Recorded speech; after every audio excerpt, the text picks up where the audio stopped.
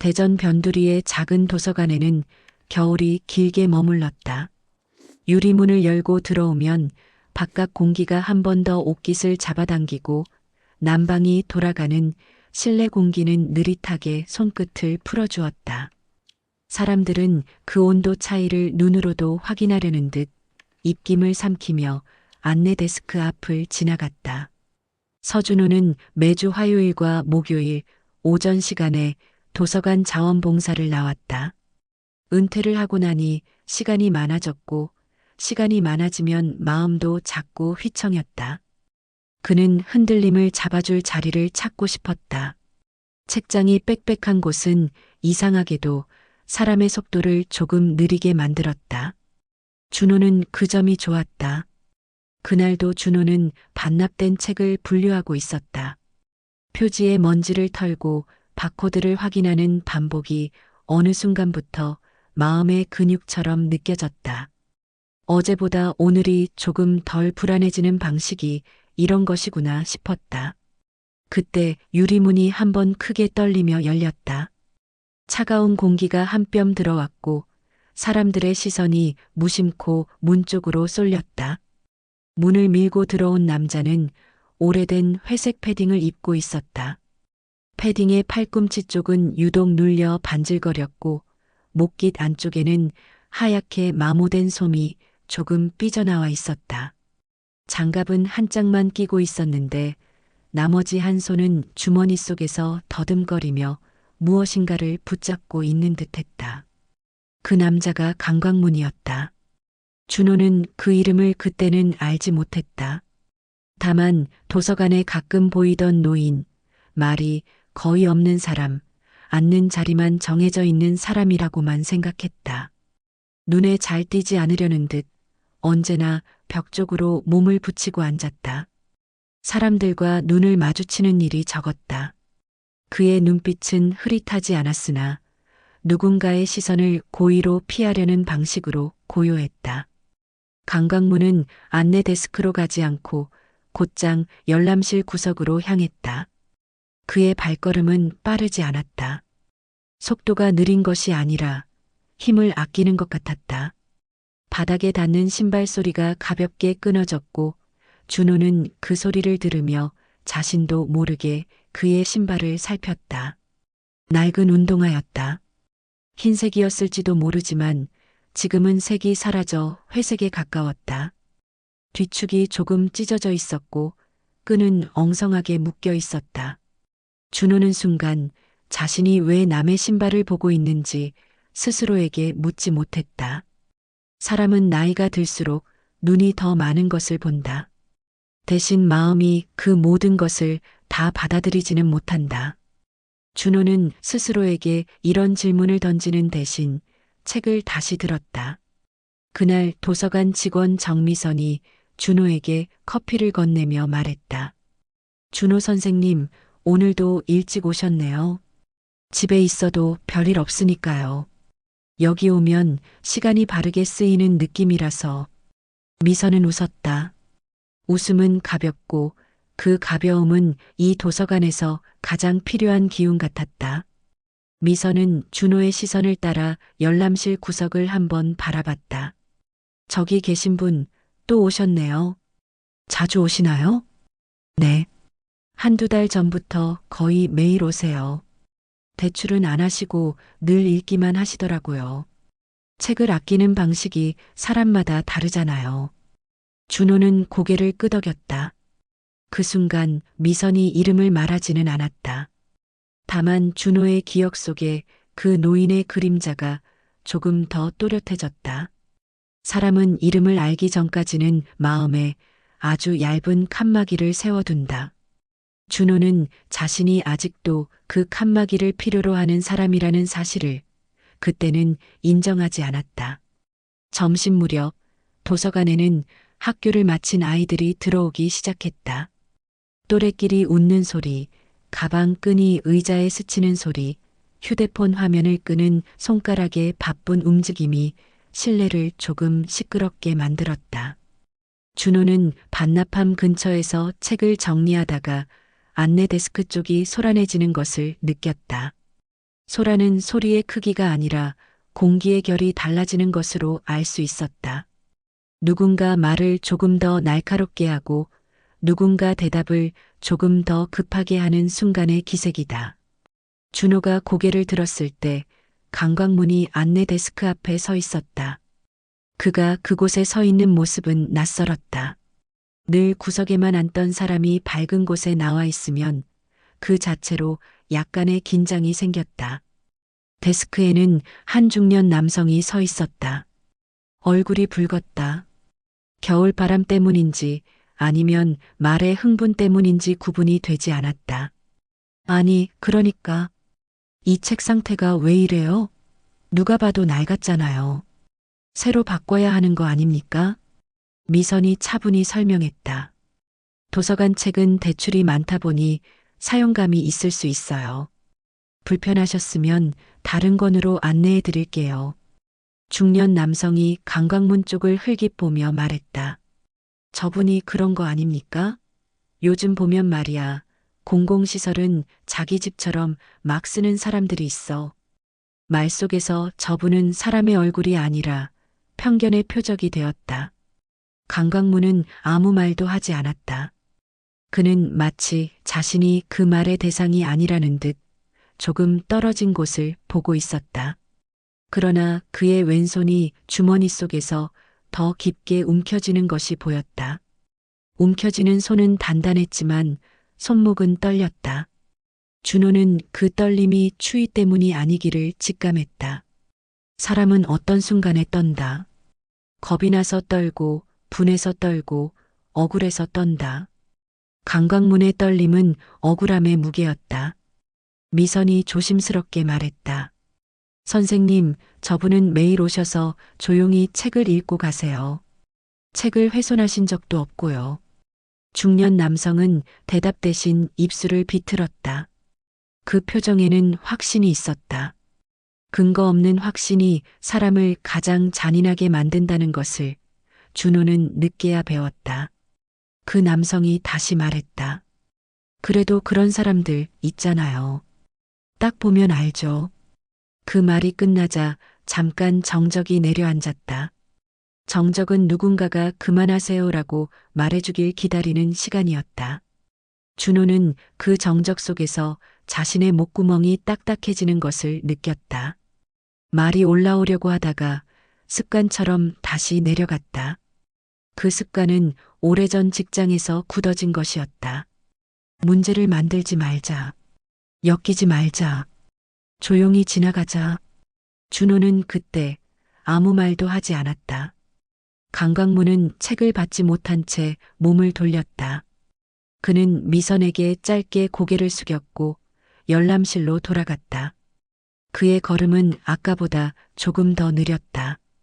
힘을 아끼는 걸음이 아니라 감정을 안으로 눌러 담는 걸음처럼 보였다. 준호는 그 장면을 보고도 당장 그를 따라가지 못했다. 대신 마음속에서 오래된 핑계를 꺼냈다. 내가 나서서 뭐가 달라지겠나. 핑계는 위로처럼 보이지만 사실은 스스로를 비겁하게 만드는 칼이었다. 비가 오던 날 도서관 앞 인도는 눅눅하게 빛났다. 봄비라기엔 차가웠고 겨울비라기엔 끝이 길었다. 사람들은 우산을 들고도 어깨를 잔뜩 웅크렸다. 비는 단지 옷을 젖게 하는 것이 아니라 마음까지 젖게 만들었다. 서준호는 도서관 문을 닫고 나오는 길에 강광문을 보았다. 강광문은 건물의 처마 아래에 서 있었다. 우산이 없었다. 그는 비를 피하는 대신 비를 기다리는 사람처럼 보였다.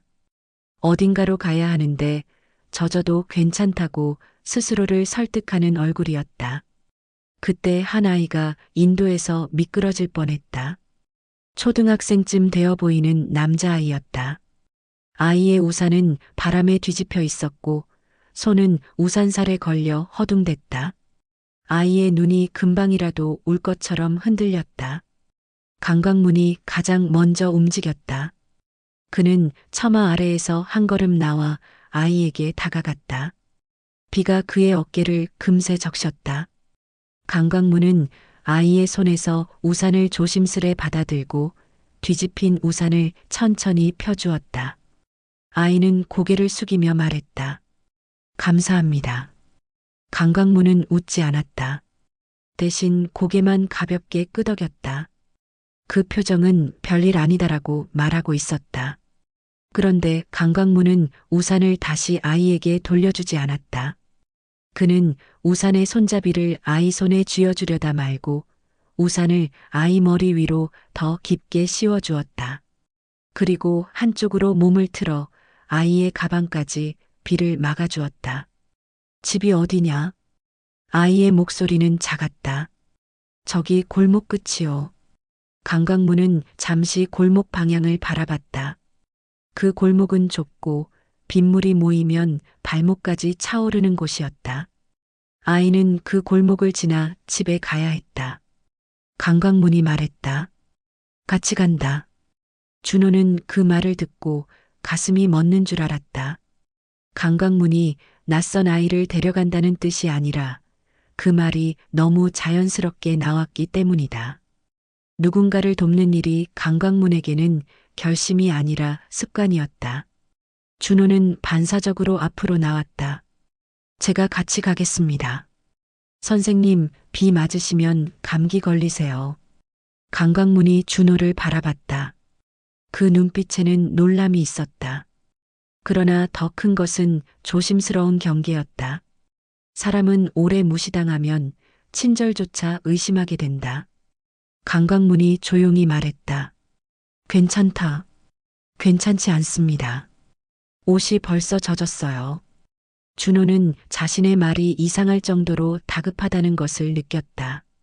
그 다급함은 아이 때문이기도 했지만 사실은 자기 자신 때문이었다. 그날 대출대 앞에서 침묵했던 자신을 준호는 아직 용서하지 못하고 있었다. 강강문은 잠시 준호를 보다가 아이의 등을 가볍게 밀어 우산 아래로 넣었다. 그리고 준호에게 우산 손잡이를 내밀었다.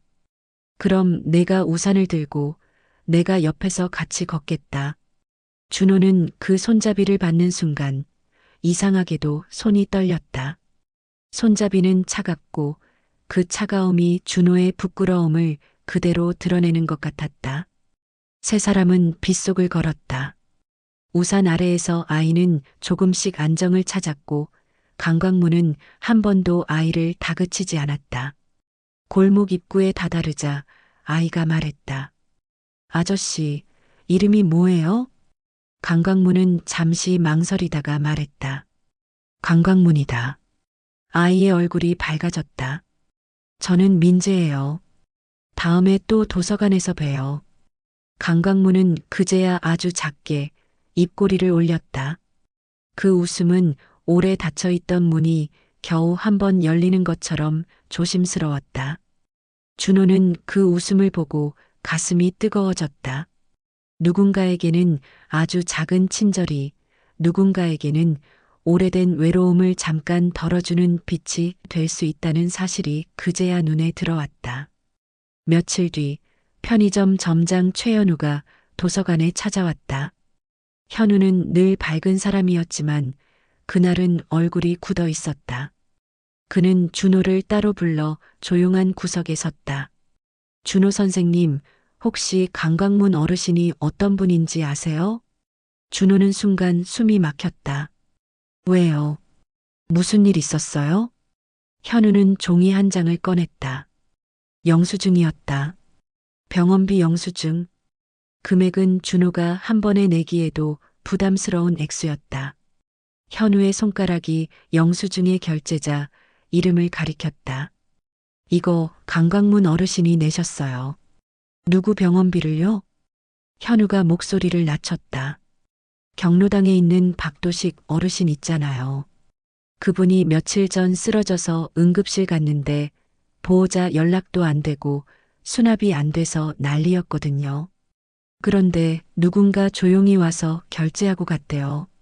직원이 말하길 낡은 운동화 신고 말도 별로 안 하고 그냥 영수증만 챙겨서 나갔다고요. 준호의 머릿속에 강강문의 신발이 떠올랐다. 그 찢어진 뒤축, 그 엉성한 끈. 준호는 목이 마르다고 느꼈다. 박도식 어르신이 강강문 어르신을 얼마나 무시했는데요. 현우가 씁쓸하게 웃었다. 그러니까요. 그래서 더 이상하죠. 강강문 어르신은 왜 그랬을까요? 준호는 대답할 수 없었다. 이유를 알지 못했기 때문이다. 혹은 이유를 알 것 같아 더 말하기 싫었는지도 몰랐다. 강강문은 자신을 무시한 사람까지도 돕는 사람이었다. 그런 사람을 준호는 어떤 눈으로 바라봐야 할까? 그날 오후 준호는 열람실 구석으로 갔다. 강강문은 늘 그 자리에서 책을 읽고 있었다. 그의 손에는 얇은 수첩이 하나 들려 있었다. 수첩의 표지는 달아 글자조차 흐릿했고 모서리는 둥글게 마모되어 있었다. 준호는 조심스럽게 다가가 말했다. 강강문 선생님. 강강문이 고개를 들었다. 눈빛은 차분했다. 그러나 준호는 그 눈빛의 바닥에 늘 준비된 체념이 얇게 깔려 있는 것을 보았다. 누가 와도 오래 머물지 않을 거라는 예감. 친절도 관심도 결국은 사라질 거라는 경험의 결. 준호가 말문을 열었다. 박도식 어르신 병원비 선생님이 내셨다면서요. 강강문의 눈꺼풀이 아주 잠깐 내려갔다가 올라왔다. 들키고 싶지 않은 일이 들킨 사람의 반사였다.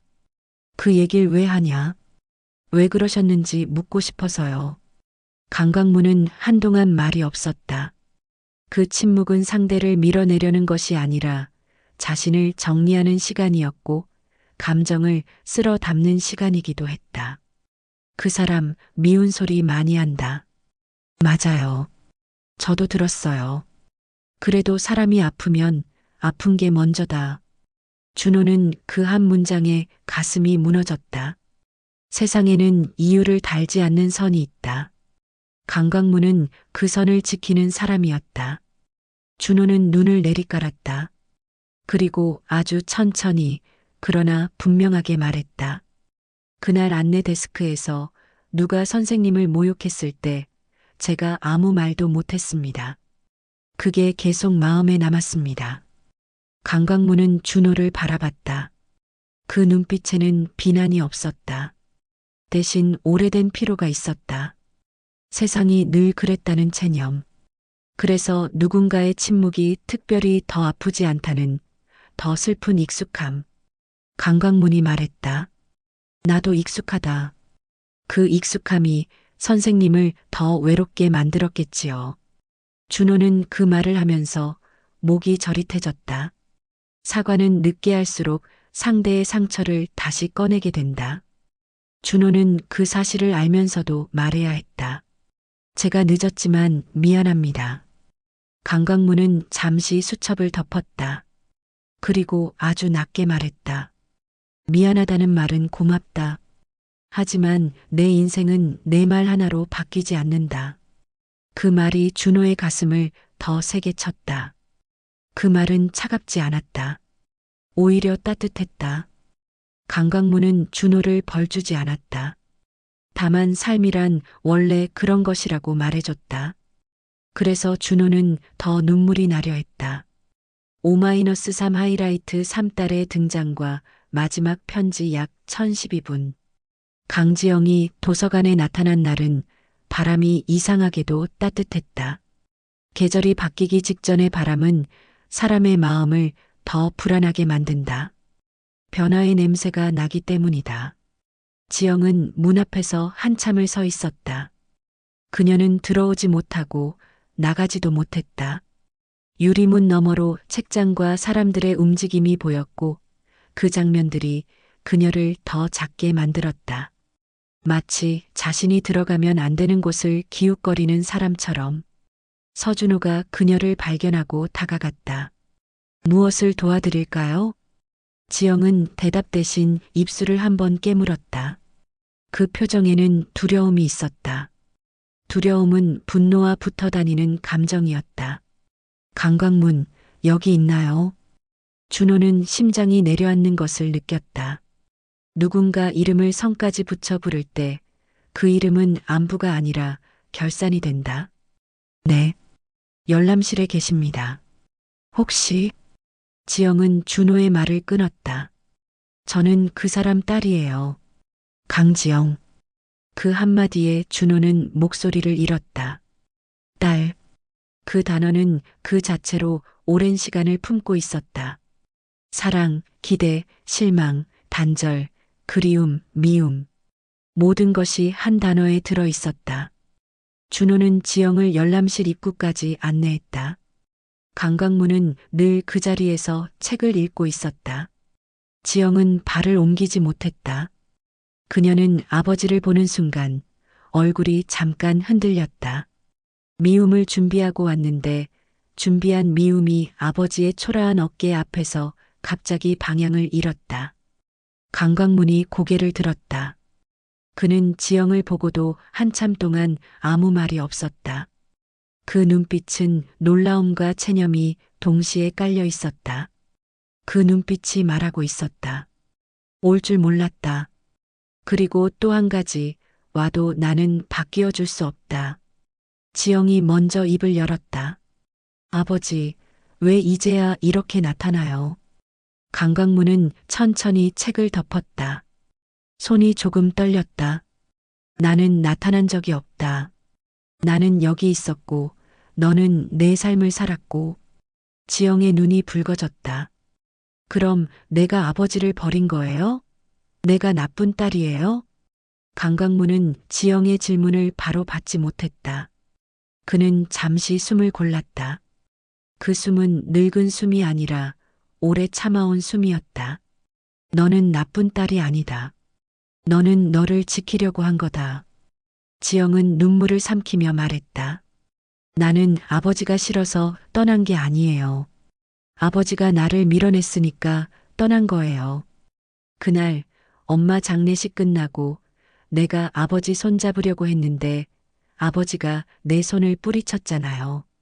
강광문의 얼굴이 굳었다. 그 표정은 기억의 통증이었다. 그는 한참 동안 말이 없었다가 마침내 고백하듯 말했다. 그날 나는 내 손을 뿌리친 게 아니다. 나는 내가 무너질까봐, 내 앞에서 무너질까봐 손을 잡을 용기가 없었다. 지영은 입술을 떨었다. 그게 무슨 말이에요? 강강문은 가방에서 낡은 수첩을 꺼냈다. 그리고 수첩 사이에 끼워둔 봉투를 꺼내 준호에게 건넸다. 서준호 선생, 내가 읽어라. 그리고 지영에게 전해라. 오늘은 내가 말을 많이 하면 안 된다. 준호는 봉투를 받아들고 그 무게에 놀랐다. 종이 한 장이 이렇게 무거울 수 있다는 사실이 믿기지 않았다. 그는 봉투를 열어 천천히 읽기 시작했다. 편지는 단정했다. 글씨는 큼직하지 않았지만 흔들리지 않았다. 강강문은 자신의 삶을 변명하지 않았다. 다만 고백했다. 아내가 떠난 뒤 자신이 얼마나 무너졌는지 딸 앞에서 울면 딸의 삶까지 적게 할 것 같아 일부러 멀어진 것, 그리고 미안함을 말로 하면 오히려 딸을 붙잡는 족쇄가 될 것 같아 침묵으로 책임지려 했던 것. 준호는 읽는 동안 목이 자꾸 막혔다. 글 속의 아버지는 위대하지 않았다. 완벽하지도 않았다. 그러나 진심이 있었다. 진심은 사람을 울린다. 진심은 대개 늦게 도착한다.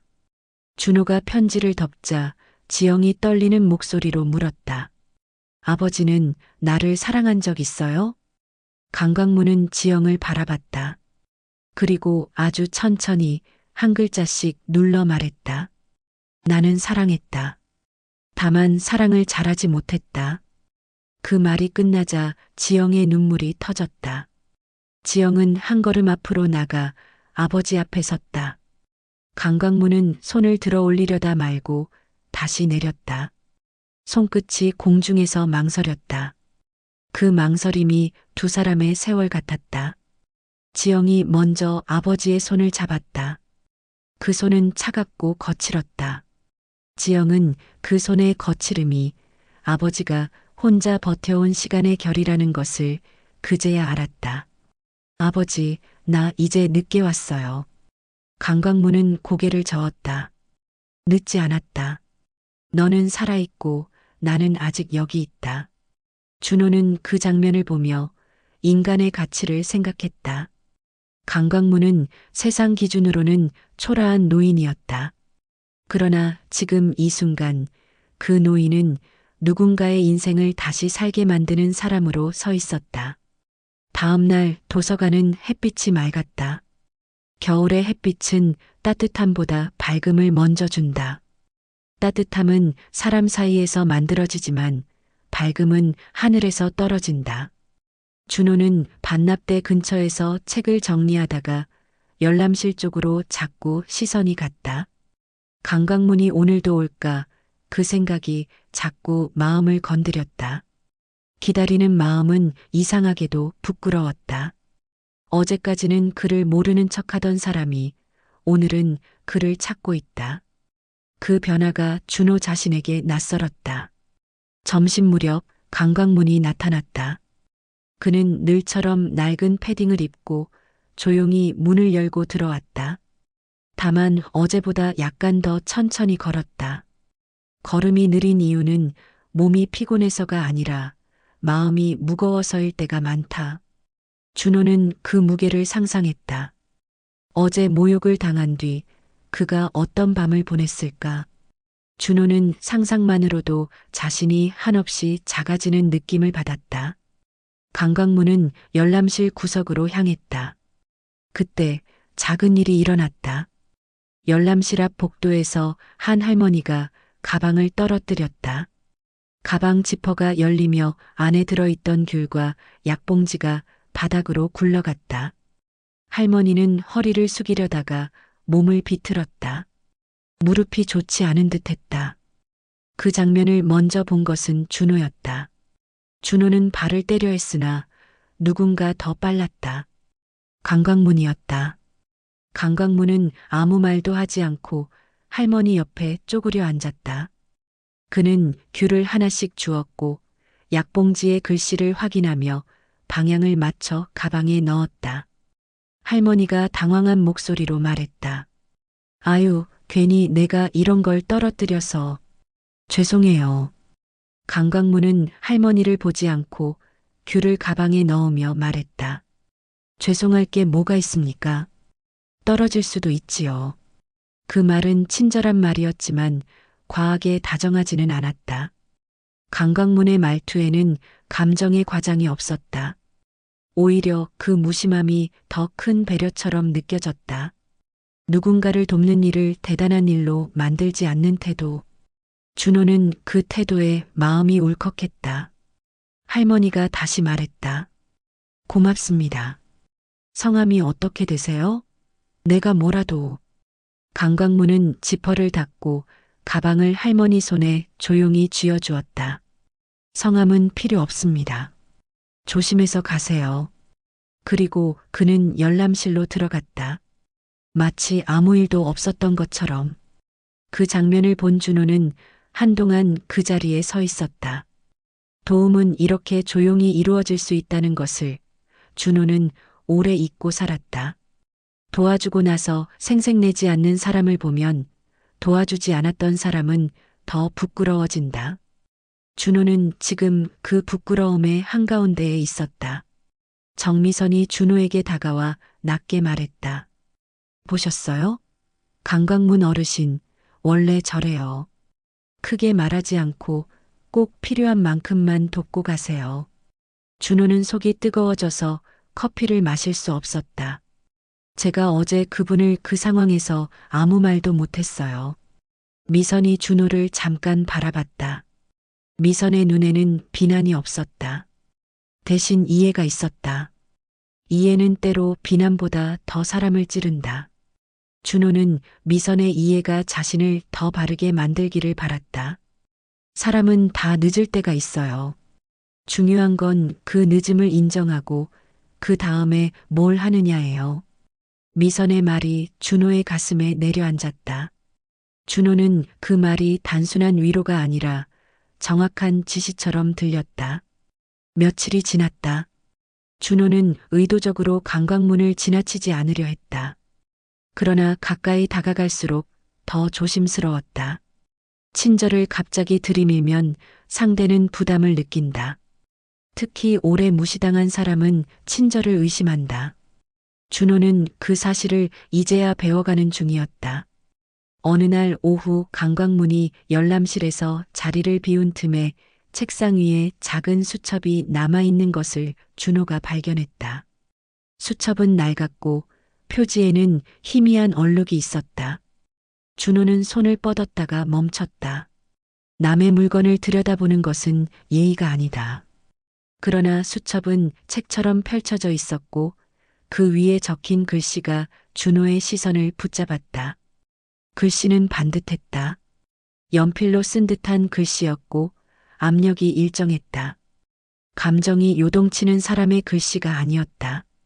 오래 참고 살아온 사람의 글씨였다. 준호는 보려 하지 않으려 했으나 이미 한 문장이 눈에 들어왔다. 사람은 자신을 낮추는 일이 아니라 남을 낮추는 일로 스스로를 높이려 한다. 준호의 가슴이 내려앉았다. 그 문장은 누군가를 비난하는 말이 아니라 세상을 관찰한 말이었다. 강광문은 자신을 무시하는 사람들을 향해 분노하지 않았다. 그는 그들의 마음을 분석하고 있었다. 그 분석은 원망보다 더 깊었다. 준호는 눈을 돌리려다가 다음 줄을 보게 되었다. 나는 인정받지 못해도 괜찮다. 다만 누군가가 누군가를 함부로 대하는 것을 보면 마음이 아프다. 그 문장을 읽는 순간 준호는 목이 꽉 막혔다. 인정받지 못해도 괜찮다는 말이 정말 괜찮아서 나온 말인지 아니면 괜찮다고 스스로를 달래며 살아온 말인지 알 수 없었다. 준호는 자기 삶을 떠올렸다. 그는 직장 생활 내내 인정받는 것에 목숨을 걸었다. 칭찬 한마디에 하루가 살았고 무시 한 번에 밤새 잠을 못 잤다. 그런데 강광문은 인정받지 못해도 괜찮다고 적었다. 그 문장이 준호의 세계를 흔들었다. 그때 강광문이 돌아왔다. 준호는 깜짝 놀라 수첩에서 손을 뗐다. 강광문은 준호의 시선을 보고 수첩을 가만히 덮었다. 그의 표정에는 불쾌함이 아니라 닫히는 문 같은 조심스러움이 있었다. 준호는 숨을 삼키며 말했다. 죄송합니다. 우연히 보게 됐습니다. 일부러 보려던 건 아니었습니다. 강광문은 수첩을 가방에 넣었다. 우연은 다 이유가 있다. 그 말이 준호를 더 떨리게 했다. 강광문이 준호를 탓하는 것 같지는 않았다. 다만 그 말에는 삶의 습관 같은 체념이 묻어 있었다. 사람은 결국 들키고 결국 오해받고 결국 혼자 정리하고 살아간다는 체념. 준호는 용기를 내어 말했다. 그 글을 쓰신 이유가 무엇입니까? 누군가에게 보여주려고 쓰신 건가요? 강광문은 잠시 준호를 바라봤다. 그 눈빛은 판단이 아니라 거리 제기였다. 사람과 사람 사이의 안전한 거리를 정하는 시선. 보여주려고 쓴 게 아니다. 내가 나를 놓치지 않으려고 쓴 거다. 준호는 그 말이 얼마나 쓸쓸한지 알아차렸다. 사람은 대개 누군가와 함께 있을 때 자신을 놓치지 않는다. 그러나 강광문은 혼자서 자신을 붙잡아야 했던 사람처럼 보였다. 준호는 목소리를 낮췄다. 저도 오늘 그 문장들이 마음에 남았습니다. 강광문은 고개를 살짝 끄덕였으나 더 말을 잇지 않았다. 준호는 그 침묵이 거절이 아니라 경계임을 알았다. 경계는 무례가 아니라 생존이다. 준호는 그 경계를 존중하기로 했다. 며칠 후 저녁 준호는 집 앞 편의점에 들렀다. 편의점 점장 최연우는 동네 사람들 대부분과 얼굴을 알고 지내는 젊은 사람이었다. 현우는 일하는 내내 웃었지만 그 웃음은 가볍기보다 단단했다. 동네에서 소란이 생기면 먼저 중재하는 역할을 했다. 편의점 문을 열자 안쪽에서 목소리가 높았다. 취기가 섞인 남자의 목소리였다. 내가 뭘 잘못했는데. 계산이 왜 이래? 너 나 무시하냐? 현우가 침착하게 말했다. 손님, 계산은 시스템대로 찍혀요. 여기 보시면 영수증에. 영수증이 뭔데? 너희가 장난친 거지. 남자는 손을 휘둘렀고 진열대의 과자가 몇 봉지 떨어졌다. 소리가 크게 났다. 준호는 잠깐 멈칫했다. 싸움의 기운은 사람을 얼게 만든다. 준호는 예전 직장에서 충돌을 피하던 습관이 다시 올라오는 것을 느꼈다. 그때 편의점 문이 다시 열리며 강광문이 들어왔다.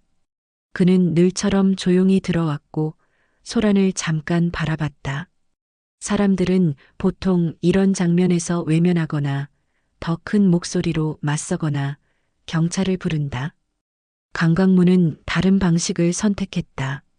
그는 천천히 진열대로 가서 떨어진 과자를 하나씩 주었다. 그 행동이 이상할 정도로 차분해서 오히려 소란이 잠깐 멈추었다. 취한 남자도 강광문을 쳐다봤다. 강광문은 남자에게 직접 말하지 않고 현우에게 말했다.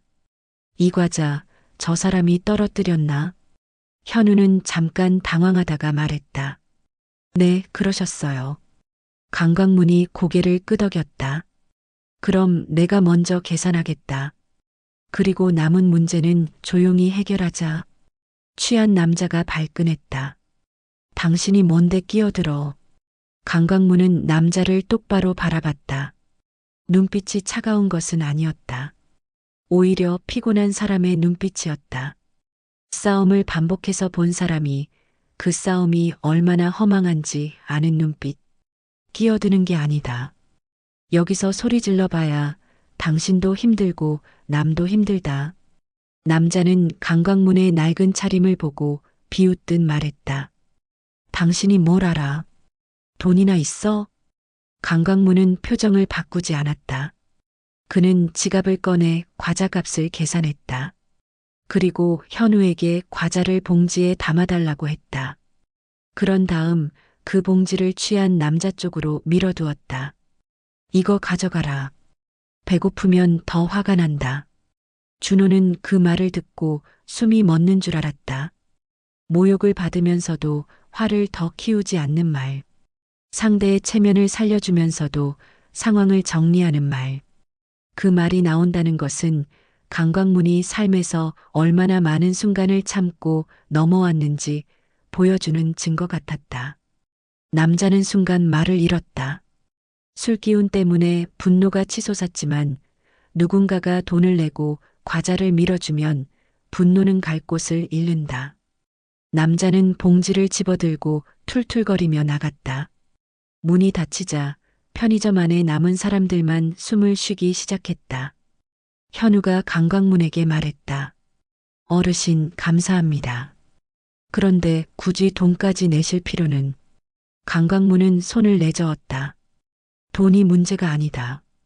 오늘 저 사람이 집에 가서 누군가를 때릴까봐 그게 걱정이었다. 화는 집 안으로 들어가면 약한 사람부터 친다. 그 말에 준호는 몸이 굳었다. 준호는 그 말을 이해했다. 그는 젊은 시절 화를 밖에서 풀지 못한 날이면 집에서 말이 거칠어졌던 때가 있었다. 다행히 손을 대지는 않았지만 말만으로도 상처는 생겼다. 준호는 그 기억이 떠오르며 얼굴이 뜨거워졌다. 현우가 조용히 말했다. 어르신, 저런 일 자주 겪으셨나 봐요. 강광문은 대답 대신 고개를 살짝 끄덕였다. 그 끄덕임 속에는 많은 시간이 들어 있었다. 그때 준호가 앞으로 나섰다. 이제는 침묵하고 싶지 않았다. 강광문 선생님. 강광문이 준호를 봤다. 아까 감사했습니다. 저는 그냥 서 있기만 했습니다. 준호는 말하는 동안 목이 떨렸다. 인정하는 말은 부끄럽고 부끄러움은 사람을 더 솔직하게 만든다. 강광문은 준호의 얼굴을 한 번 더 오래 바라봤다. 그리고 말했다. 서 있는 것도 나쁘지 않다. 다만 다음에는 한 발만 더 가까이 서라. 그 말은 꾸짖음이 아니라 길 안내처럼 들렸다. 준호는 고개를 깊게 숙였다. 그날 밤 준호는 집으로 돌아오는 길이 조금 달라졌다고 느꼈다. 세상이 바뀐 것은 아니었다. 다만 준호의 시선이 바뀌고 있었다. 다음 주 화요일 도서관에 낯선 여성이 찾아왔다. 단정한 코트, 서류 가방, 그리고 사람을 조심스럽게 대하는 표정. 그녀는 안내 데스크에서 정미성과 잠깐 이야기를 나누고 열람실 구석을 향해 걸어갔다. 준호는 그 여성이 강광문에게 다가가는 모습을 멀리서 지켜봤다. 강광문은 고개를 들었고 두 사람은 낮은 목소리로 대화를 나눴다. 대화가 끝나자 강광문은 서류 한 장을 받아들고 한참 동안 손가락으로 종이 모서리를 문질렀다. 그런 버릇은 불안할 때 나온다. 여성이 열람실 밖으로 나오는 순간 미선이 준호에게 소개해 주었다. 준호 선생님, 이분은 김소연 사회복지사님이에요. 동네 어르신들 복지 상담하러 오셨대요. 소연이 준호에게 고개를 숙였다. 안녕하세요. 서준호 선생님 맞으시죠? 미선 선생님이 늘 도움 많이 받는다고 하셨어요. 준호는 어색하게 웃으며 인사했다. 아, 제가 한 건 별로 없습니다. 소연은 잠깐 망설이더니 조심스럽게 물었다. 강광문 어르신을 조금 아시나요? 준호는 솔직히 말했다. 잘은 모릅니다. 다만 요즘 조금 가까이 보고 있습니다. 소연의 눈빛이 살짝 부드러워졌다. 그럼 제가 한 말씀만 드려도 될까요? 어르신은 본인이 도움받는 걸 아주 힘들어 하세요. 그래서 절차가 필요할 때도 자꾸 거절하시거든요. 준호는 그 말이 낯설지 않았다. 도움을 받는 것은 자존심의 문제라기보다 그동안 삶에서 얼마나 상처를 받았는지와 연결된다. 상처가 많은 사람은 도움을 믿지 못한다. 도움에는 대가가 따를 것이라고 먼저 생각한다. 무슨 일이 있으십니까? 준호가 묻자 소연은 사적인 부분을 함부로 말하지 않으려는 듯 말을 고르고 또 골랐다. 큰일은 아닙니다.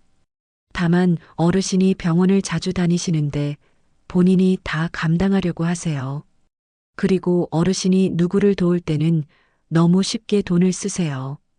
본인한테는 한없이 인색하고요. 준호는 심장이 천천히 내려앉는 것을 느꼈다. 남을 위해서는 쉽게 내주고 자신에게는 쓰지 못하는 사람. 그건 단순한 성격이 아니라 자기 자신을 소중히 여기는 법을 배우지 못한 사람의 모습이다. 소연은 작은 목소리로 덧붙였다. 사람들이 어르신을 오해하더라고요. 말이 적다는 이유로, 표정이 없다는 이유로요. 그런데 저는 어르신을 오래 봐서 알아요. 어르신은 마음이 단단한 분이에요. 단단해서 더 외로워 보일 때가 있어요. 준호는 그 말을 듣고 도서관 안내 데스크에서 침묵했던 자신의 모습이 다시 떠올랐다. 그는 입술을 깨물었다. 제가 할 수 있는 일이 있을까요? 소연은 즉답하지 않았다. 대신 준호를 똑바로 바라보며 말했다. 선생님이 할 수 있는 가장 큰 일은요, 어르신을 사람으로 대해주는 거예요. 이상한 사람으로 두지 말고 불쌍한 사람으로도 두지 말고요. 그냥 동네의 한 사람으로요. 준호는 고개를 끄덕였다. 그 말은 간단하지만 가장 어렵다. 그냥 한 사람으로 대하는 것. 우리는 그걸 찾고 있는다. 그날 오후 준호는 열람실 구석으로 갔다. 강광문은 책을 읽고 있었다. 책의 제목은 준호가 잘 모르는 입문서였다. 강광문은 페이지를 넘길 때마다 손가락으로 모서리를 살짝 눌렀다. 종이를 아끼는 습관이었다. 준호는 가까이 다가가서 섰다. 강광문은 고개를 들지 않았다. 그러나 준호는 그가 이미 자신이 다가온 것을 알고 있을 거라고 느꼈다. 사람은 기척으로 상대를 안다. 특히 경계를 오래 유지한 사람은 작은 기척에도 예민하다. 준호가 말했다. 강광문 선생님, 안녕하세요. 저는 서준호라고 합니다. 도서관에서 봉사하는 사람입니다. 강광문이 천천히 고개를 들었다. 그 눈빛에는 경계가 있었지만 오늘은 그 경계가 어제보다 조금 얇아 보였다. 안녕. 그 한마디가 짧았지만 준호에게는 큰 문이 살짝 열린 느낌이었다.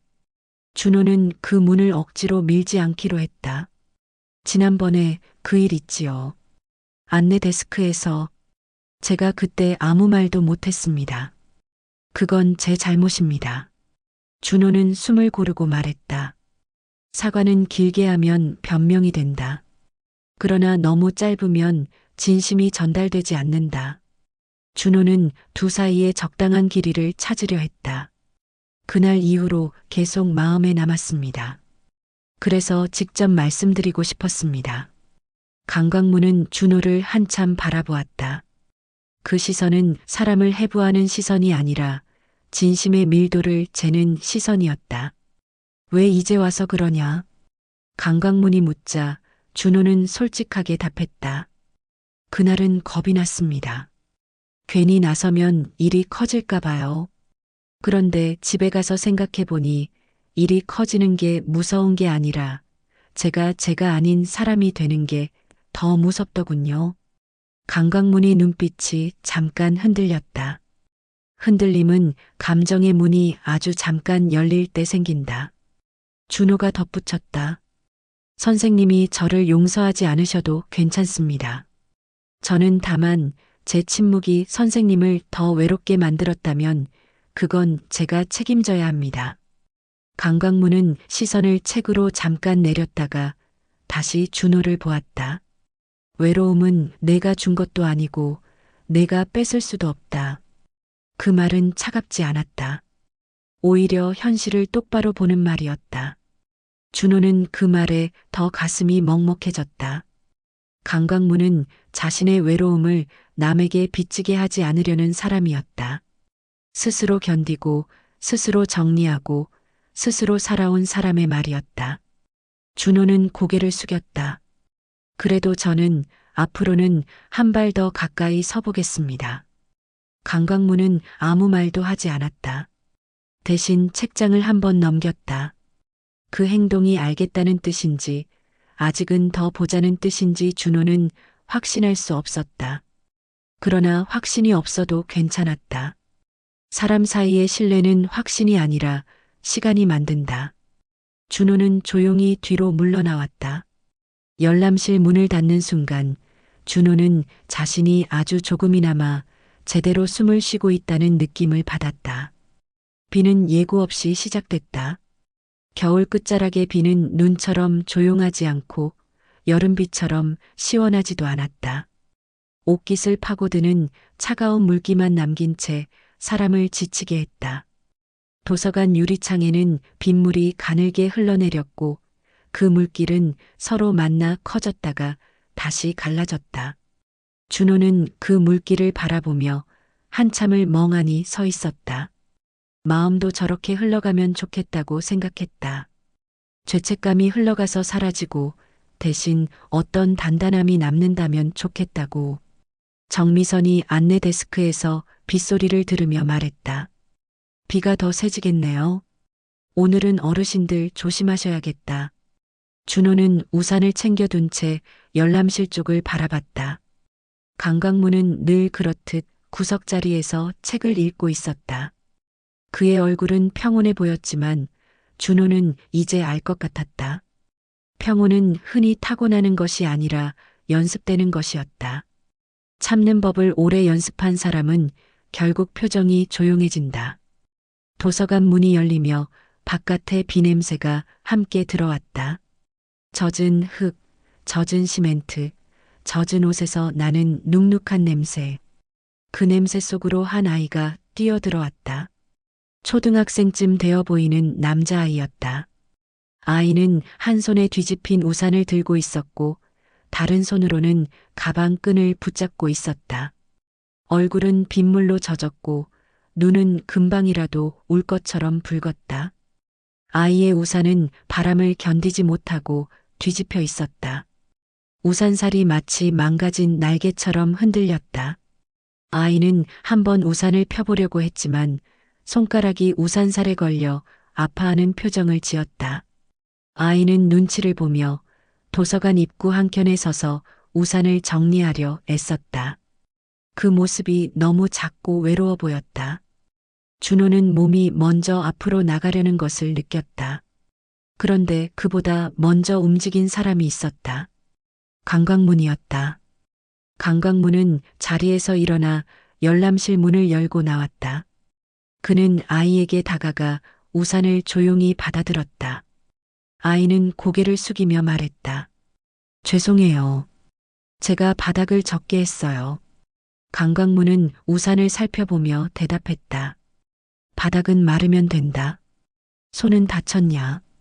아이의 손가락에는 작은 붉은 자국이 보였다. 아이는 고개를 저었다. 그러나 그 고개는 괜찮다는 고개가 아니라 더 울기 싫다는 고개였다. 강광문은 우산살을 천천히 돌려 펴고 우산을 정상으로 되돌렸다. 그 손길은 서두르지 않았다. 서두르지 않는 손길은 상대를 안심시킨다. 아이의 어깨가 아주 조금 풀어지는 것이 보였다. 그때 바깥에서 할머니 한 분이 비를 맞으며 서둘러 들어오다 발을 헛디뎠다. 미끄러운 바닥에 발이 걸려 몸이 휘청했다. 준호가 반사적으로 손을 뻗었지만 거리가 있었다. 강광문이 아이의 우산을 손에 쥐어주자마자 곧장 할머니 쪽으로 움직였다. 그는 할머니 팔꿈치를 단단히 받쳐 넘어지지 않게 했다. 천천히 오시지요. 할머니는 가슴을 쓸어내리며 말했다. 아이고, 내가 또 이런 꼴을 보이고. 고맙습니다.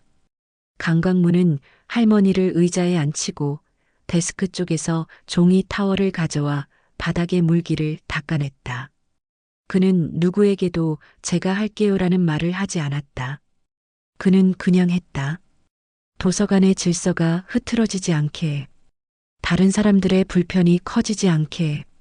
준호는 그 모습을 보며 마음속 어딘가가 무너지는 것을 느꼈다. 무너짐은 슬픔이 아니라 부끄러움에서 시작됐다. 강광문은 늘 이런 방식으로 사람들을 지켜왔을 것이다. 그리고 사람들은 그런 사실을 모르거나 알아도 인정하지 않았을 것이다. 아이의 이름은 민재였다. 민재는 젖은 머리를 털며 강광문에게 말했다. 아저씨, 고마워요.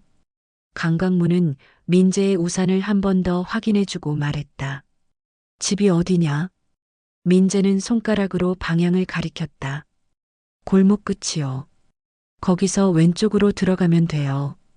강광문은 그 방향을 바라봤다. 빗물이 골목으로 쏟아져 들어가고 있었다. 바닥이 울퉁불퉁한 골목은 물이 고이는 곳이 많았고 아이가 혼자 가기에는 위험해 보였다. 강광문이 민재에게 말했다. 같이 가자. 민재가 눈을 동그랗게 떴다. 정말요?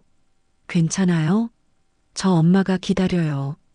엄마가 기다리면 더 빨리 가야지. 강광문이 민재 손잡이를 잡으려는 순간 준호가 앞으로 나섰다. 준호는 자신도 모르게 말이 튀어나왔다. 제가 같이 가겠습니다. 선생님, 옷이 젖으시면 감기 걸립니다. 강광문이 준호를 바라봤다. 그 시선에는 놀람과 경계가 섞여 있었다. 준호는 그 경계를 인정하되 물러나지 않기로 마음먹었다. 제가 우산을 들고 선생님은 옆에서 민재를 봐주세요. 혹시라도 미끄러지면 위험하잖아요. 준호는 말하면서 자신이 처음으로 누군가의 편에 서서 행동하고 있다는 것을 느꼈다. 그 행동은 강광문을 돕기 위함이기도 했고 자신의 침묵을 바로잡기 위함이기도 했다. 죄책감은 행동으로만 씻긴다. 준호는 그 사실을 늦게 배웠다. 결국 세 사람은 함께 도서관을 나섰다. 우산 아래로 민재가 들어왔고 강광문은 민재의 가방이 젖지 않도록 손바닥을 가볍게 받쳐주었다. 준호는 우산을 최대한 높게 들었다. 빗줄기는 세차게 우산을 두드렸고 손잡이가 점점 미끄러워졌다. 준호는 손에 힘을 주어 우산을 붙잡았다. 골목 입구에 다다르자 민재가 발을 멈추고 말했다. 여기요. 여기만 지나가면 돼요. 골목 안쪽은 물이 고여 있었다. 민재는 그 물웅덩이를 피해 벽 쪽으로 조심스럽게 걸었다. 강광문이 민재의 어깨를 부드럽게 잡아 중심을 잡아주었다. 준호는 그 장면을 보며 속이 아팠다. 누군가의 조심스러운 손길이 아이에게는 세상에서 가장 안전한 울타리가 될 수 있다. 골목 끝에서 민재의 엄마가 뛰어나왔다. 젖은 앞치마 차림이었다. 그녀는 민재를 보자마자 얼굴이 풀리며 안도의 숨을 내쉬었다. 민재야, 어디 갔었어? 전화도 안 되고. 민재가 준호와 강광문을 가리켰다. 엄마, 이 아저씨들이 도와줬어. 우산도 고쳐주고 같이 데려다 줬어. 민재의 엄마는 두 사람에게 연신 고개를 숙였다. 정말 감사합니다. 제가 일하느라 아이가 혼자 다녔네요. 죄송합니다. 준호는 손사래를 치려다가 강광문이 먼저 말했다. 죄송할 일 아닙니다. 비가 오면 다들 정신이 없다. 민재의 엄마는 강광문을 바라보며 잠깐 멈칫했다. 그녀의 눈빛에는 어딘가 낯익음을 발견한 사람의 표정이 스쳤다. 그러나 그녀는 그 낯익음을 말로 꺼내지 않았다. 대신 조심스럽게 말했다. 혹시 도서관 근처에 사세요? 강광문은 대답을 잠깐 미뤘다가 짧게 말했다. 그냥 이 동네 사람입니다. 그 말에는 주소가 없었다. 주소가 없다는 것은 어디에도 속하지 못한다는 뜻이기도 했다. 준호는 그 말이 가슴에 걸렸다. 동네 사람인데 동네에서 낯선 사람처럼 살아야 하는 삶. 준호는 그런 삶이 얼마나 고단한지 상상했다. 세 사람이 돌아오는 길, 강광문은 젖은 소매를 짜내며 말했다. 서준호 선생, 오늘은 내가 한 발 가까이 섰다. 준호는 그 말에 가슴이 뜨거워져 대답을 제대로 할 수 없었다. 칭찬이 아니라 인정이었다. 준호는 그 인정이 자신에게 아주 큰 약속처럼 느껴졌다. 경로당에는 소문이 빠르게 돈다. 누가 누구를 도와줬다. 누가 어디서 넘어졌다. 누가 자식과 다퉜다. 사람의 삶은 이야기로 공유되지만 그 이야기는 언제나 정확하지는 않다. 소문은 진실을 반쯤 섞은 채 누군가의 입맛대로 부풀어 오른다. 며칠 뒤 준호가 경로당에 들어서자 박도식이 큰 소리로 말했다. 야, 준호. 너 요즘 도서관에서 그 강광문이랑 붙어 다닌다며. 준호는 그 말이 반가운 말로 들리지 않았다. 붙어 다닌다는 말 속에는 비아냥이 들어 있었다. 준호는 자리에 앉으며 차분히 말했다. 붙어 다니는 건 아니고요. 그냥 인사도 하고 지내는 거지요. 박도식이 코웃음을 쳤다. 그래, 그래. 너야 착하니까. 그런데 조심해.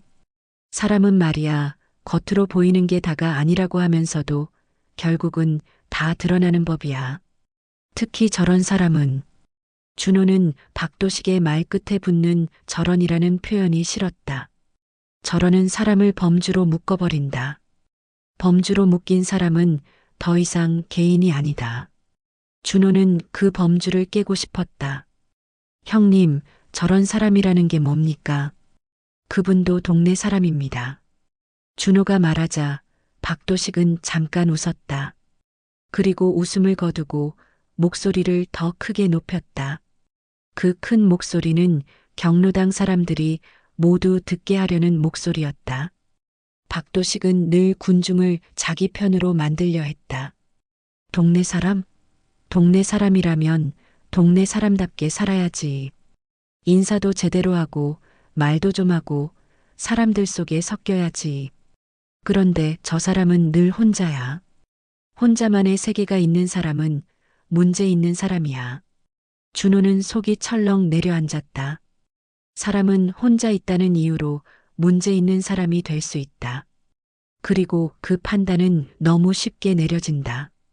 준호는 자신의 젊은 시절을 떠올렸다. 야근이 많아 회식에 빠지면 사회성 없다는 말이 따라왔다. 잠깐 조용하면 성격이 이상하다는 말이 따라왔다. 사람들은 타인의 내부를 모르면서도 외부만 보고 결론을 낸다. 준호는 박도식이 더 말을 잇기 전에 끊었다. 형님, 그분이 혼자 있는 건 그분이 선택해서일 수도 있고 사람들이 몰아내서일 수도 있습니다. 우리는 그걸 제대로 알지도 못하면서 말하면 안 됩니다. 박도식이 눈을 가늘게 뜨며 말했다.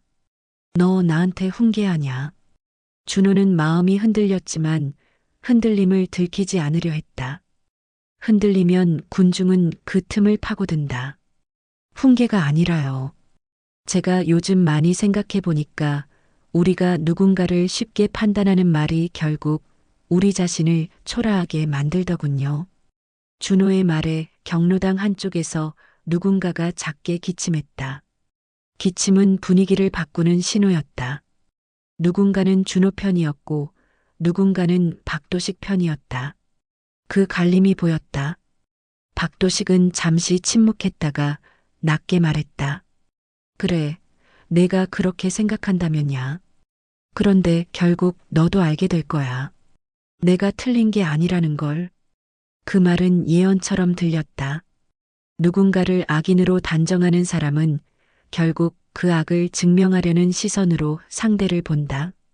박도식은 이제부터 강광문에게서 나쁜 것을 찾으려 할 것이다. 준호는 그 사실이 두려웠다. 그날 경로당을 나오는 길, 준호는 마음이 무거웠다. 자신이 옳은 말을 했다는 확신은 있었다. 그러나 옳은 말은 대가가 따른다.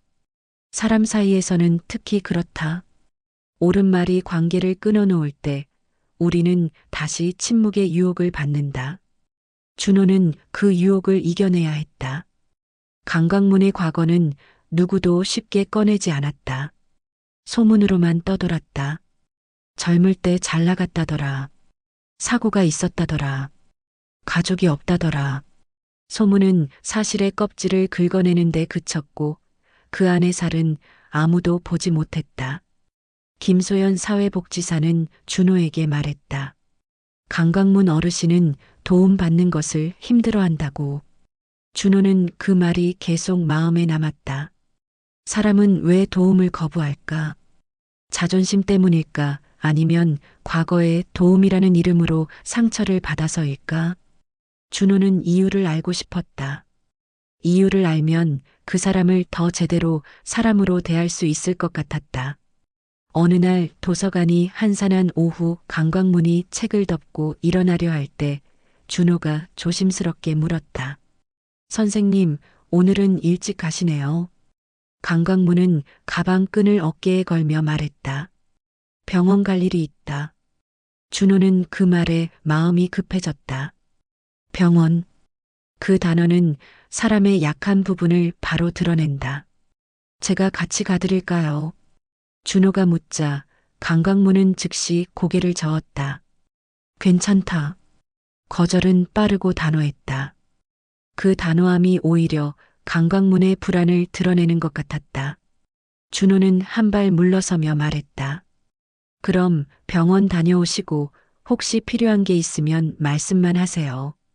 부탁드립니다. 저는 그냥 선생님이 혼자 다 감당하지 않으셨으면 합니다. 강광문은 잠깐 준호를 바라보았다. 그 눈빛에 잠깐 감정이 지나갔다. 감정은 흔들림으로 나타났다. 그러나 강광문은 곧 눈길을 돌렸다. 혼자 감당하는 게 익숙하다. 강광문이 도서관을 나간 후 준호는 괜히 마음이 불안해졌다. 그래서 김소연에게 전화를 걸었다. 준호는 너무 깊이 묻지 않으려 애쓰면서도 결국 물었다. 소연 선생님, 혹시 강광문 선생님 과거에 무슨 일이 있었나요? 제가 함부로 궁금해하는 게 아니라 요즘 그분이 걱정돼서요. 소연은 잠시 침묵했다. 그 침묵은 사생활을 지키려는 사람의 침묵이었다.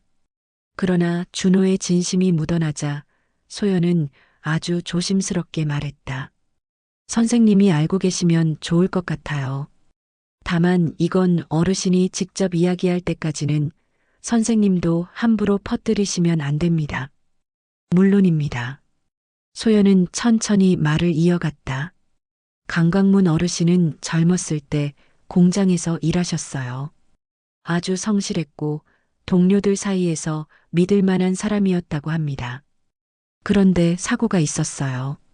준호는 숨이 멎는 줄 알았다. 사고라는 말이 이어지면 대개 사람의 삶이 한번 꺾인다. 겨울이었고 야간 작업이었대요. 기계가 멈추고 누군가가 수리를 하러 들어갔는데 안전장치가 제대로 작동하지 않았던 거예요. 그때 어르신이 먼저 뛰어들어 동료를 빼냈습니다. 그런데 어르신도 크게 다치셨어요. 손과 다리가요. 준호는 자신의 손을 내려다보았다. 손은 삶이다. 손이 다치면 삶이 흔들린다. 소연이 덧붙였다. 그 이후로 어르신은 일터에서 밀려났고 보상도 제대로 받지 못했어요. 그때부터 어르신은 사람들 앞에 나서지 않는 버릇이 생겼다고 해요. 도움을 요청하면 오히려 더 깎이고 무시당하는 경험을 많이 하신 거죠. 준호는 마음이 서늘해졌다. 도움을 요청하면 더 무시당하는 경험. 그 경험은 사람을 조용하게 만든다. 사람은 목소리를 키우다가도 계속 묵살당하면 결국 목소리를 잃는다. 소연은 마지막으로 말했다. 그리고 어르신은 아내분도 일찍 떠나셨어요. 아내분이 아프셨는데 그때도 어르신은 누구에게도 손 벌리지 않으려 했다고 합니다. 혼자 감당하려다 보니 더 힘들어졌고요. 준호는 전화를 끊고 한참을 앉아 있었다. 공장 사고, 보상 문제, 아내의 병, 삶이 사람을 밀어붙인 흔적들이 눈앞에 그려졌다. 준호는 상상했다. 강강문이 겨울밤 공장 기계 소리 속에서 어떤 마음으로 뛰어들었을지, 다친 몸으로 병원 복도를 어떻게 걸었을지, 그리고 그 모든 것을 겉으로 티내지 않으려 애쓰며 살아왔을지. 준호는 자신이 강광문을 말없는 괴짜로 봤던 시선이 얼마나 잔인했는지 깨달았다. 말이 없는 것이 아니라 말해봐야 아무도 듣지 않는 세상을 오래 겪은 사람이었다. 며칠 뒤 강광문은 도서관에 평소보다 조금 늦게 나타났다.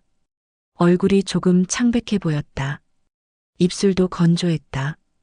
그러나 그는 늘처럼 조용히 걸어 들어왔다. 사람은 아플수록 더 조용해지기도 한다. 아픔을 드러내면 세상이 더 거칠게 굴러온다는 것을 아는 사람은 아플수록 숨는다. 준호는 강광문이 열람실 구석 자리에 앉는 것을 보고 물컵에 따뜻한 물을 담아 다가갔다. 차를 끓이면 더 좋았겠지만 도서관에서는 어려웠다. 준호는 최소한 목이라도 적셔드리고 싶었다. 강광문 선생님, 따뜻한 물입니다. 목이 마르실까 봐요. 강광문은 물컵을 바라보았다. 그의 표정은 감사와 경계가 동시에 섞여 있었다. 그는 물컵을 바로 받지 않았다.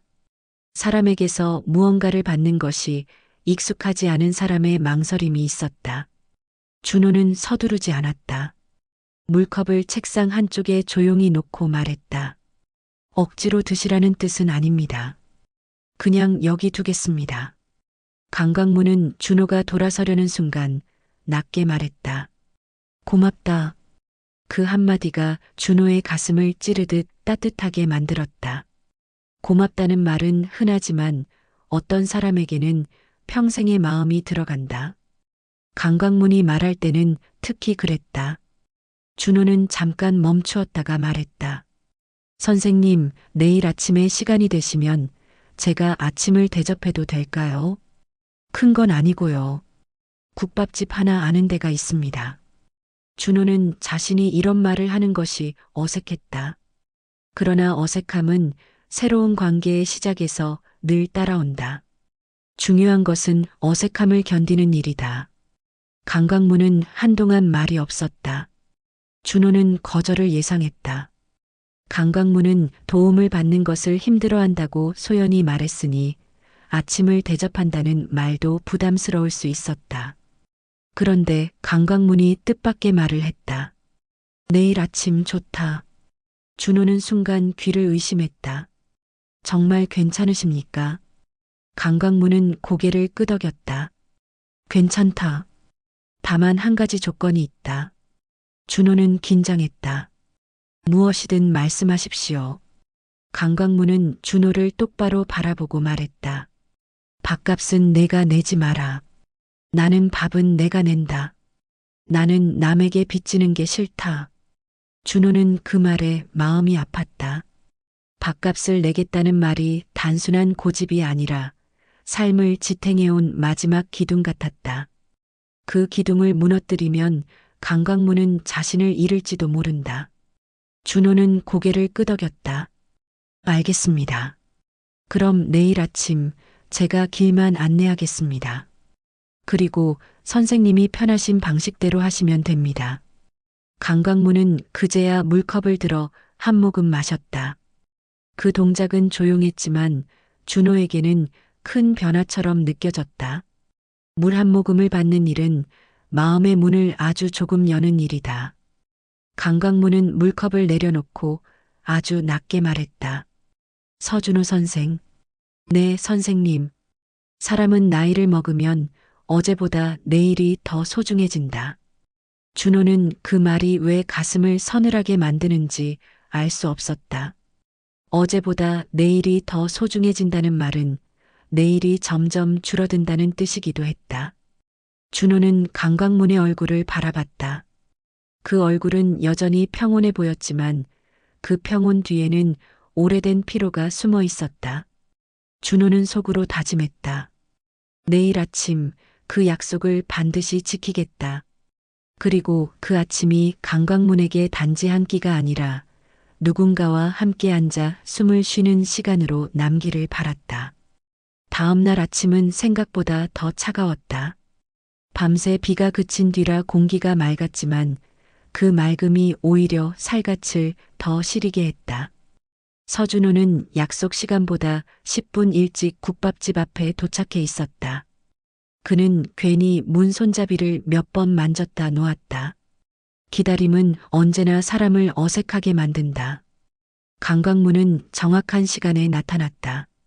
낡은 회색 패딩, 늘 신던 운동화, 그리고 변함없이 조용한 걸음.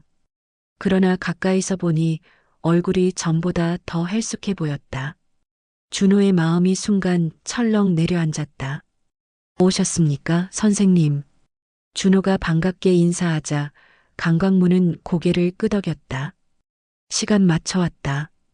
두 사람은 국밥집 안으로 들어갔다. 김이 모락모락 올라오는 국물 냄새가 코끝을 따뜻하게 감쌌다. 자리에 앉자마자 아주머니가 물컵을 내려놓으며 물었다. 두 분 국밥 드릴까요? 강강문이 먼저 말했다. 두 그릇 주시오. 준호는 아무 말도 하지 않았다. 어제 약속을 떠올렸기 때문이다. 밥값은 강강문이 내기로 했었다. 준호는 그 약속을 존중하기로 마음먹었다. 국밥이 나오자 강강문은 천천히 숟가락을 들었다. 뜨거운 국물을 한 숟갈 떠 입에 넣는 동작이 조심스러웠다. 입안이 데일까 봐서가 아니라 오랜만에 누군가와 마주 앉아 먹는 식사가 낯설어서인 듯했다. 잠시 침묵이 흐른 뒤 준호가 조심스럽게 말을 꺼냈다. 선생님, 요즘 병원 다니신다고 들었습니다. 어디가 많이 불편하십니까? 강강문은 숟가락을 내려놓지 않은 채 대답했다. 살다 보면 여기저기 고장 나는 데가 생긴다. 그 정도다. 그 말은 담담했지만 준호는 그 속에 숨겨진 피로를 느꼈다. 강강문은 아픔을 설명하지 않는 사람이었다. 설명하지 않는 습관은 오래 혼자 견딘 사람에게서 나온다. 그때 국밥집 문이 벌컥 열렸다. 숨이 찬 목소리가 안으로 밀려 들어왔다. 여기 서준호 선생님 계십니까? 고개를 돌리자 편의점 점장 최현우가 서 있었다. 얼굴이 심하게 굳어 있었다. 준호는 직감적으로 무슨 일이 생겼다는 것을 알았다. 현우 씨, 무슨 일입니까? 현우가 숨을 고르며 말했다. 경로당 박도식 어르신, 어젯밤에 쓰러져서 응급실 갔습니다. 준호의 숟가락이 그릇에 부딪히며 작은 소리를 냈다. 지금 상태는 어떻습니까? 다행히 큰 고비는 넘겼다고 합니다. 그런데 현우의 시선이 잠깐 강광문 쪽으로 향했다가 다시 돌아왔다. 병원비 문제로 좀 소란이 있었는데요. 그게 현우는 주머니에서 접힌 영수증을 꺼냈다. 종이는 여러 번 접혔다 펴진 흔적이 있었다. 현우의 손이 그 영수증을 준호 쪽으로 내밀었다. 준호가 영수증을 받아 펼쳤다. 결제 금액이 눈에 들어왔다. 적지 않은 금액이었다. 그리고 결제자 이름을 보는 순간 준호의 숨이 멎었다. 강광문. 준호는 천천히 고개를 들었다. 맞은편에 앉은 강광문은 아무 일도 없다는 듯 국밥을 한 숟갈 더 떠먹고 있었다. 마치 그 이름이 전혀 자기 이야기가 아닌 것처럼. 준호의 목소리가 떨렸다. 선생님, 이거 선생님이 내신 겁니까? 강광문은 잠시 숟가락을 멈췄다. 그리고 아주 짧게 말했다. 그 사람이 급했다. 그 한 문장이 준호의 가슴을 세게 쳤다. 이유가 그것뿐이라는 듯한 태도. 원망도 없고 계산도 없고 생색도 없는 대답. 현우가 믿기지 않는 얼굴로 말했다. 어르신, 박도식 어르신이 평소에 어르신을 얼마나. 현우는 말을 끝까지 하지 못했다. 그러나 세 사람 모두 그 말의 끝을 알고 있었다. 강광문은 물컵을 들어 한 모금 마셨다. 사람이 아프면 그때는 지난 말이 다 소용없다. 국밥집 안이 잠깐 조용해졌다. 준호는 숟가락을 들 수 없었다. 가슴이 먹먹해서 국물이 목으로 넘어가지 않을 것 같았다. 준호는 천천히 말했다. 선생님, 왜 그런 일을 하셨습니까? 강광문은 준호를 바라보았다. 그 눈빛에는 피곤함이 있었지만 후회는 없었다. 내가 할 수 있어서 했다. 준호의 눈이 뜨거워졌다. 할 수 있어서 했다는 말. 그 말은 단순하지만 가장 어려운 말이었다. 우리는 대개 할 수 있어도 하지 않는다. 이유를 찾고 조건을 달고 계산을 한다. 그러나 강광문은 그 모든 과정을 건너뛰고 있었다. 준호는 더 말을 잇지 못했다. 대신 마음속에서 무언가가 무너져 내리는 것을 느꼈다. 자신이 그동안 얼마나 작은 기준으로 사람을 재왔는지, 그리고 그 기준이 얼마나 부끄러운 것이었는지 그제야 똑바로 보이기 시작했다. 국밥집을 나온 뒤에도 준호의 발걸음은 쉽게 떨어지지 않았다. 강광문은 아무렇지 않게 걸었지만 준호의 마음은 크게 흔들리고 있었다. 병원비 영수증의 숫자보다 더 크게 남은 것은 강광문의 태도였다. 원망하지 않는 사람, 계산하지 않는 사람, 그리고 자신의 선행을 설명하지 않는 사람. 도서관 앞에 도착했을 때 준호는 더 이상 미룰 수 없다고 느꼈다. 선생님, 준호가 불렀다. 강광문이 걸음을 멈추고 돌아봤다. 준호는 숨을 깊게 들이켰다. 가슴 깊은 곳에서부터 말을 끌어올리려 했다. 제가 선생님께 드릴 말씀이 있습니다. 강광문은 아무 말 없이 준호를 바라봤다. 준호가 말했다. 저는 처음에 선생님을 잘못 봤습니다. 말이 없다는 이유로, 표정이 없다는 이유로 그냥 그런 사람이라고 생각했습니다. 준호의 목소리가 점점 낮아졌다. 그리고 안내 데스크에서 선생님이 모욕을 당하실 때 저는 옆에 서 있으면서도 아무 말도 하지 못했습니다. 강강문의 눈빛이 잠깐 흔들렸다. 그러나 그는 여전히 침묵하고 있었다. 준호는 고개를 숙였다. 그 침묵이 저를 계속 따라다녔습니다. 집에 가서도 잠을 자려고 누워서도 계속 생각났습니다. 그래서 오늘은 꼭 말씀드려야겠다고 생각했습니다. 준호는 천천히 고개를 들었다. 선생님, 늦었지만 죄송합니다. 말을 마친 뒤 준호의 어깨가 아주 조금 내려갔다. 오랫동안 가슴에 얹혀있던 돌 하나를 내려놓은 느낌이었다. 그러나 동시에 두려움도 있었다. 강강문이 이 사과를 받아주지 않을 수도 있기 때문이다. 강강문은 한동안 준호를 바라봤다. 그 시선에는 분노도 비난도 없었다. 대신 오래 살아온 사람만이 가지는 깊은 피로가 있었다. 서준호 선생, 강강문이 조용히 말했다. 사람은 누구나 처음에는 겉을 본다.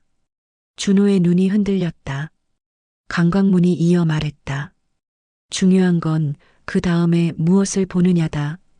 그 말은 꾸짖음이 아니었다. 오히려 준호에게 다시 기회를 주는 말처럼 들렸다. 준호의 눈가가 뜨거워졌다. 선생님, 강강문은 손을 가볍게 내저었다. 됐으니 이제 그만 마음 무겁게 하지 마라. 내가 오늘 한 말이면 충분하다.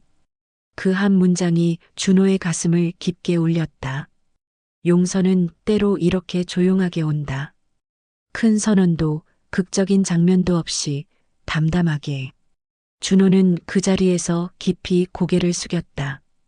며칠 뒤 김소연 사회복지사가 다시 도서관을 찾았다.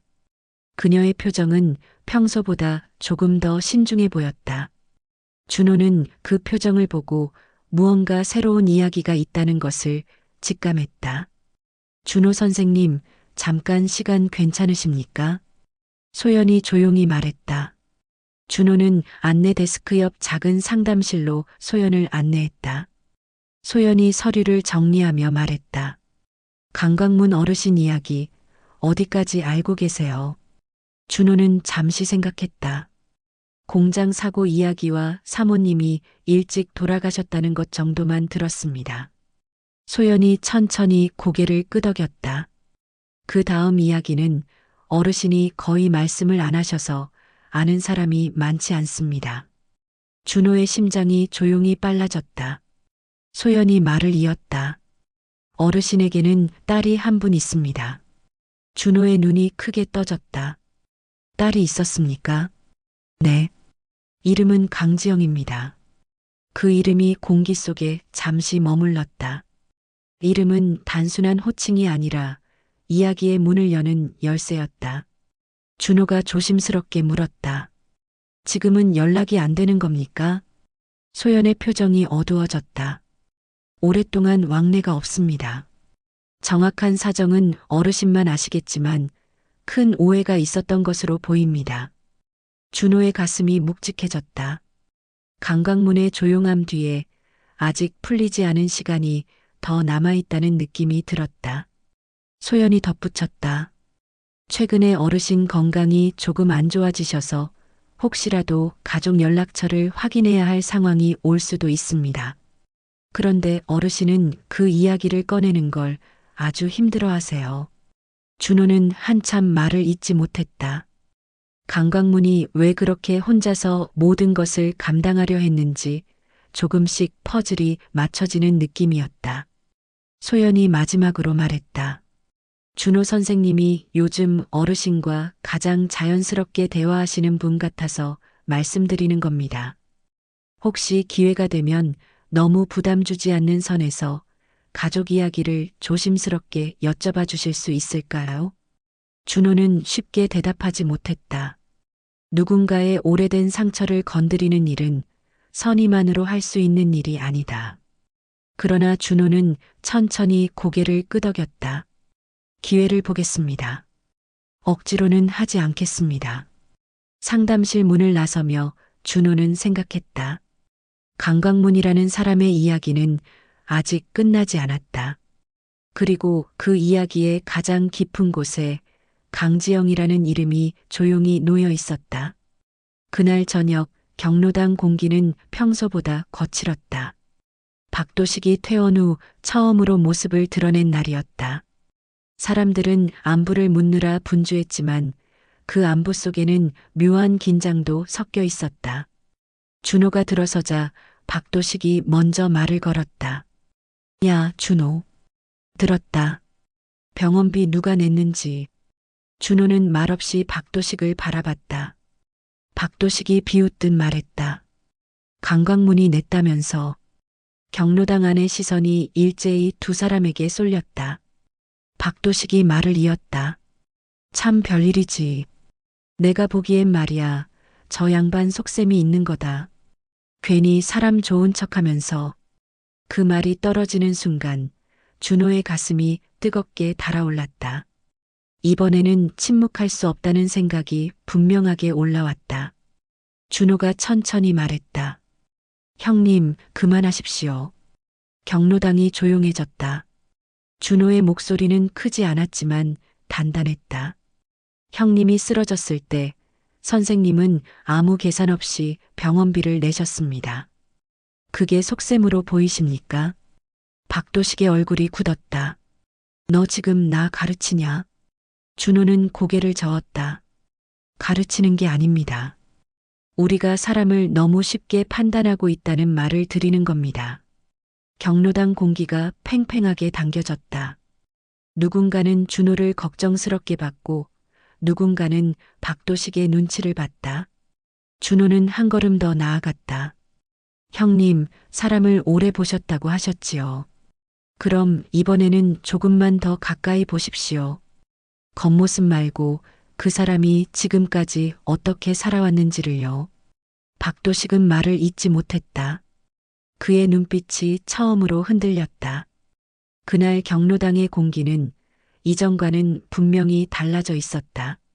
초봄의 바람이 불기 시작했지만 강광문의 어깨는 여전히 겨울을 입고 있었다.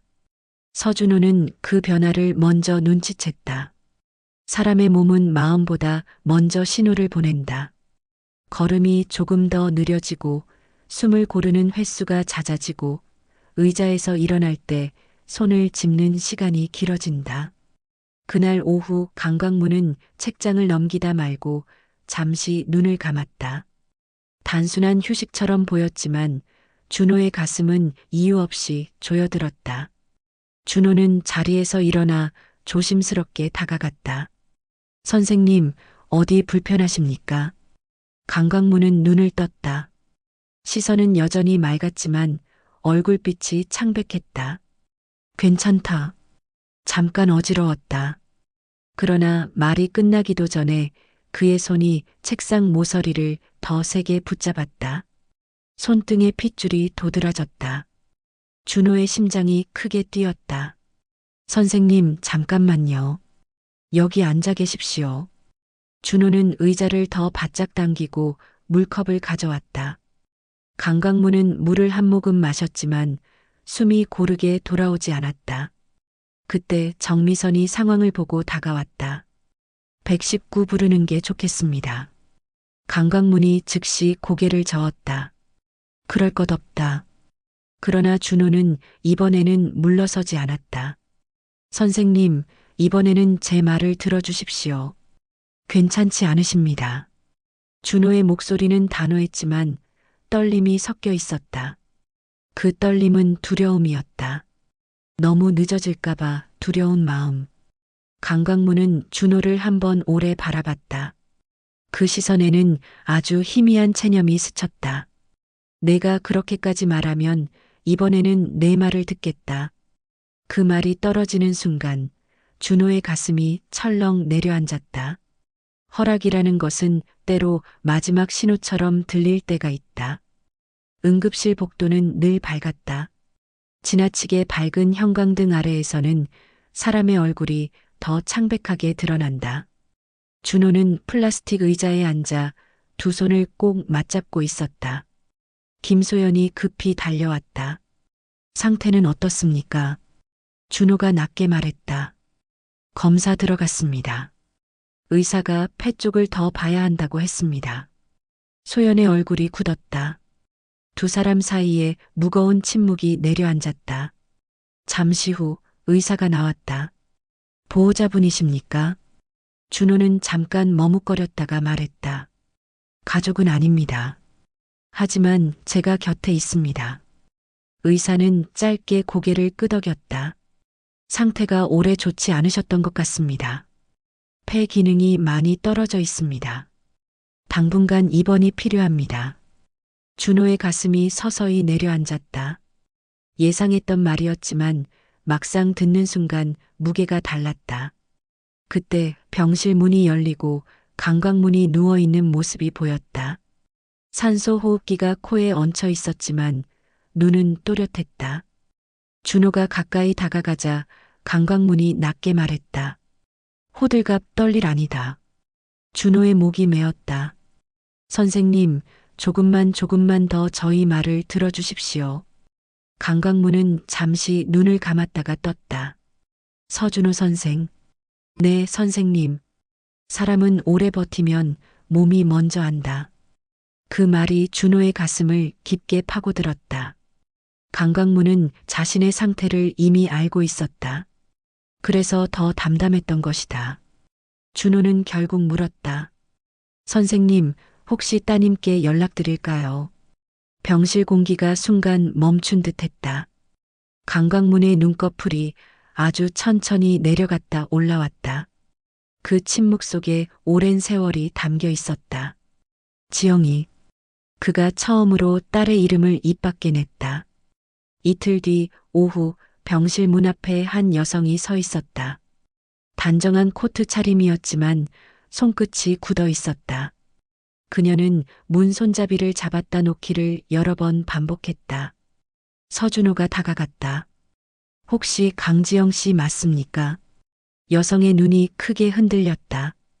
네, 제가 딸입니다. 준호는 조용히 문을 열어주었다. 강지영은 한 걸음 들어왔다가 멈춰섰다. 병상 위의 아버지는 생각보다 더 작아 보였다. 그녀의 입술이 하얗게 질렸다. 강광문이 눈을 떴다. 두 사람의 시선이 공중에서 마주쳤다. 긴 시간이 그 사이에 서 있었다. 지영의 목소리가 먼저 떨렸다. 아버지. 강광문의 눈이 깊어졌다. 왔냐? 그 한마디에 지영의 눈물이 바로 고였다. 왜 이제야 이렇게... 지영은 말을 끝내지 못했다. 원망과 걱정과 죄책감이 한꺼번에 올라온 얼굴이었다. 강광문은 숨을 고르며 말했다. 나는 늘 여기 있었다. 지영의 어깨가 크게 흔들렸다. 아버지, 나 많이 원망했어요. 강광문은 아주 천천히 고개를 끄덕였다. 그럴 만했다. 지영이 울음을 터뜨렸다. 그런데 나도 아버지 보고 싶었어요. 병실 안 공기가 조용히 무너졌다. 준호는 그 장면을 보며 가슴이 먹먹해졌다. 어떤 화해는 거창한 말이 아니라 이렇게 늦게 도착한 한 문장으로 시작된다. 그날 밤 강광문은 준호를 조용히 불렀다. 서준호 선생. 네, 선생님. 강광문은 가방에서 낡은 수첩을 꺼냈다. 이거 내가 가지고 있어라. 준호의 손이 떨렸다. 선생님, 이건 지영이한테 나중에 보여줘라. 준호는 수첩을 받아들었다. 표지는 달아 있었지만 안쪽 종이는 반듯했다. 강광문이 낮게 말했다. 사람은 겉으로 보면 틀린다. 준호의 눈이 젖었다. 선생님. 강광문은 마지막으로 말했다. 그러니까 끝까지 봐라. 그날 밤 병실의 심전도 소리는 오랫동안 규칙적으로 이어졌다. 며칠 뒤 새벽 전화가 울렸다. 준호는 벨소리를 듣는 순간 이미 알 것 같았다. 병실은 고요했다. 강광문은 평온한 얼굴로 누워 있었다. 마치 잠든 사람처럼. 강지영이 아버지 손을 붙잡고 울고 있었다. 준호는 문 앞에 서서 한 걸음도 쉽게 떼지 못했다. 그의 가슴 깊은 곳에서 늦은 후회가 조용히 무너져 내리고 있었다. 장례식장은 크지 않았다. 그런데 사람은 생각보다 많이 왔다. 도서관 직원들, 편의점 점장 현우, 경로당 사람들, 그리고 박도식. 박도식은 영정 앞에서 한참을 서 있었다. 그의 눈이 붉어져 있었다. 그가 준호에게 낮게 말했다. 내가 사람을 잘못 봤다. 준호는 아무 말도 하지 않았다. 그 말이 얼마나 늦게 온 고백인지 알고 있었기 때문이다. 장례가 끝난 뒤 준호는 수첩을 펼쳤다. 마지막 페이지였다. 준호는 천천히 읽기 시작했다. 사람의 값어치는 가진 것에 있지 않다. 어떻게 견디며 살았는가에 있다. 준호의 목이 잠겼다. 그는 한 줄을 더 읽었다. 나는 크게 살지 못했다. 다만 누군가를 함부로 대하지 않으려 애썼다. 준호의 눈에서 눈물이 떨어졌다. 도서관 창가에는 봄빛이 들어오고 있었다. 서준호는 예전처럼 반납책을 정리하고 있었다. 그러나 그의 시선은 달라져 있었다. 열람실 구석 자리에는 아무도 없었지만 준호는 그 자리를 한 번 더 바라보았다. 그리고 조용히 중얼거렸다. 선생님, 이제는 끝까지 보겠습니다. 창밖의 바람이 책장을 아주 살짝 넘겼다. 이야기는 그렇게 조용히 남아 있었다. 감사합니다.